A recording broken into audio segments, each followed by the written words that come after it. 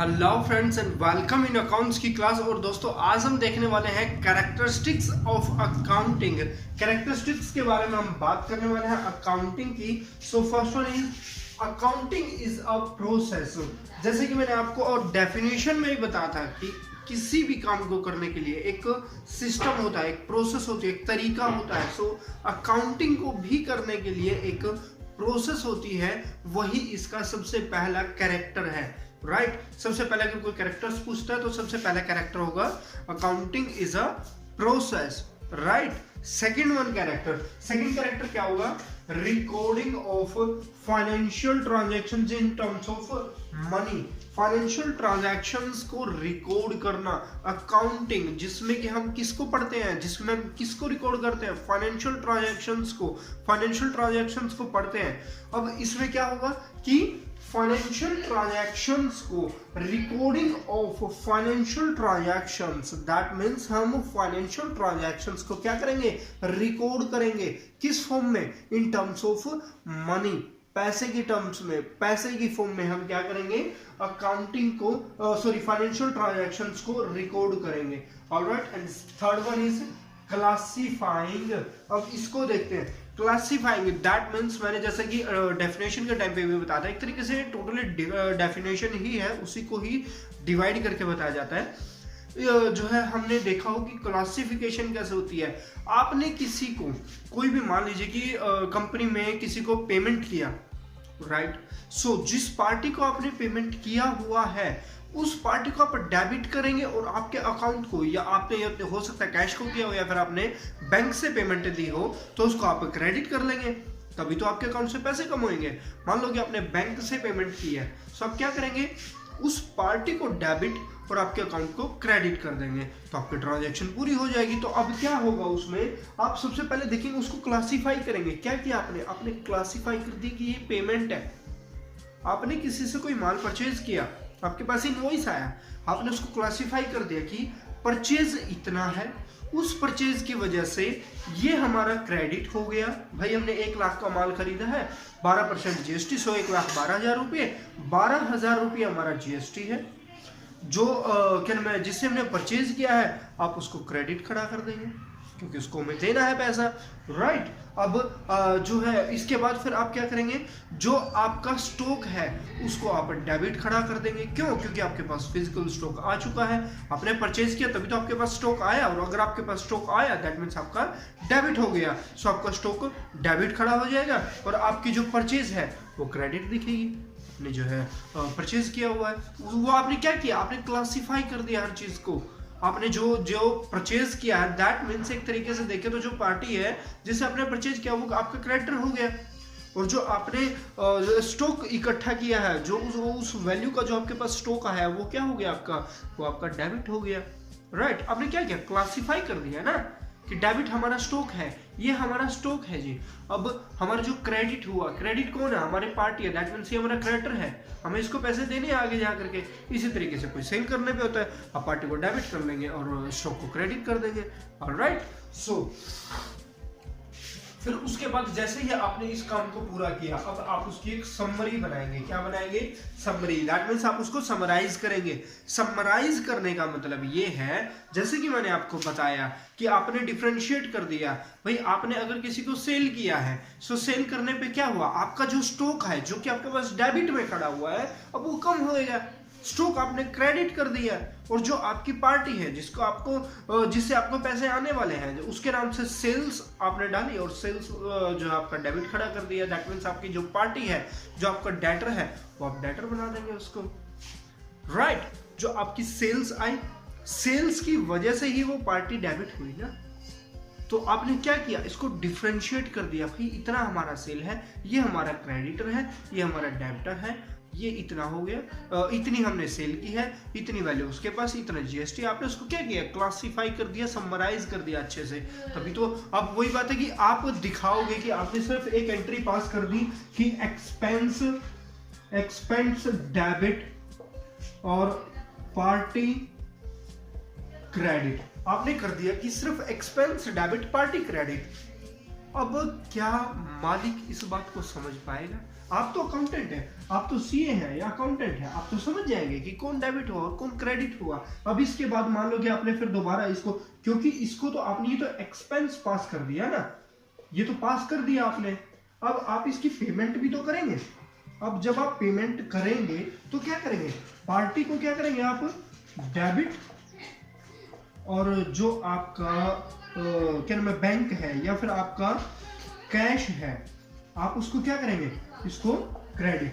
That means अब आप क्या कर दिया, आपने पेमेंट कर दिया, आप तो इसको देखते ही समझ गए, लेकिन क्या आपका मालिक समझ पाएगा इस बात को? मालिक को तो क्या, मालिक को तो इस बात से मतलब है कितना गया कितना आया, उसको क्या पता है कि क्या डेबिट है क्या क्रेडिट है, उसको इतना वो अगर आप कहोगे कि सर हमारे इतने क्रेडिटर है, उसको कई बार तो समझ में नहीं आएगा क्या कह रहे हो यार तुम, ये बताओ क्या मतलब कहना क्या चाहते हो तुम, फिर तुम्हें बताना पड़ेगा सर मैं ये कह रहा हूँ कि सर इतने रुपये उसके देने हैं, अच्छा ठीक है। ऐसा होता है यार कहीं पे, कंपनी का ये तरीका, इस तरीके से बात चलती है। सो ये इस तरीके से आप एंट्री पास करते हैं ना, यही मैं आपको समझाना चाह रहा हूं कि आप इसको आपने एक्सपेंस को क्या कर दिया, समराइज कर दिया कि जी ये तो हमारा खर्चा हो गया और ये हमारे बैंक से पेमेंट चली गई है, आपने इसको समराइज कर दिया ना, क्या सर हमने इतना तो हमारा एक्सपेंस हो गया, ये हमने समरी बना दी है, इतना खर्चा है जी, इतना हमारा जो है बैंक से पैसे कम हो गए। इसका मतलब अगर आपके पास 1 लाख रुपया क्रेडिट था पहले, सॉरी डेबिट था पहले बैंक के अंदर, अब आपने क्रेडिट कर दिया कितना, एक्सपेंस के तौर पे 5000, तो आपके पास अब 5000 आपने क्या कर दिया एक्सपेंस के तौर पे, शिट यार शिट क्रेडिट मोटा लिख दिया हूँ। अब आपका क्या हुआ, 95,000 आपका डेबिट बचेगा कि नहीं बचेगा? यही तो चीज है जिसको मैं डिफाइन करना चाह रहा हूं आपके सामने, यही तो इसी तरीके से तो यही तो समरी बनाएगा, यही तो चीज है जिसकी वजह से समरी बनेगी। सो हम उसको क्या करेंगे, समराइज करेंगे, उसके बाद फिर हम करेंगे इंटरप्रिटेशन।